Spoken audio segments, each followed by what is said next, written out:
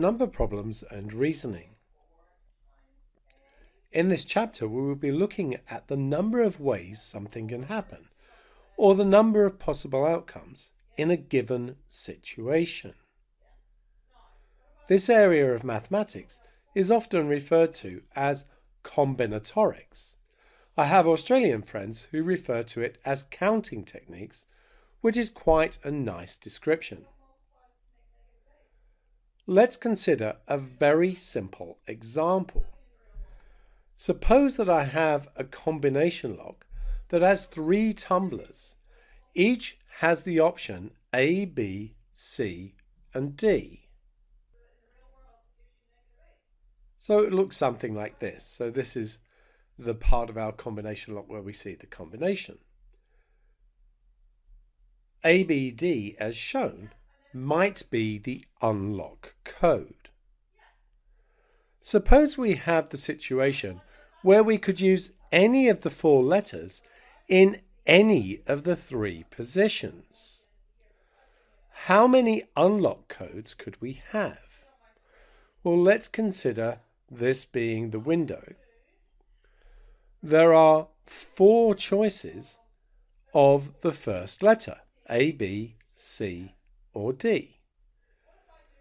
Then there are 4 choices for the second and 4 choices for the third. So for anything that goes there, there's 4 possibilities that can go there. And for anything that we have in the first 2, there are 4 that could go in the third box. And that means to find the total number of combinations, we multiply these things.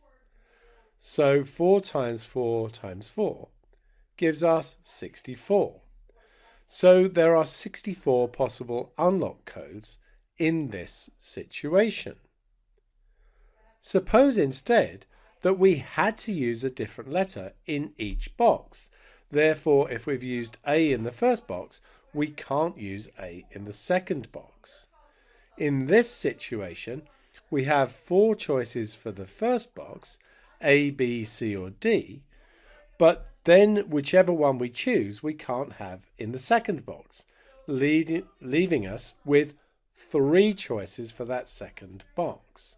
And now we've chosen 2 letters, so we would have 2 possibilities for the final box. So the number of unlock codes will be 4 times 3 times 2, which is 24. So in this situation, where we have to use a different letter in each box, there are 24 possible unlock codes. A useful function to be aware of in combinatorics is the factorial. An example is 5 factorial, which means 5 times 4 times 3 times 2 times 1. That comes to 120. Or 10 factorial, which is 10 times 9 times 8 times 7 times 6 times 5 times 4 times 3 times 2 times 1, which is a much bigger number. On the calculator, the factorial button on my calculator is just here. The symbol for it is the exclamation mark, so you need to locate it on your calculator. So, for example, I've done 5 factorial on this calculator, and you can see that that comes to 120.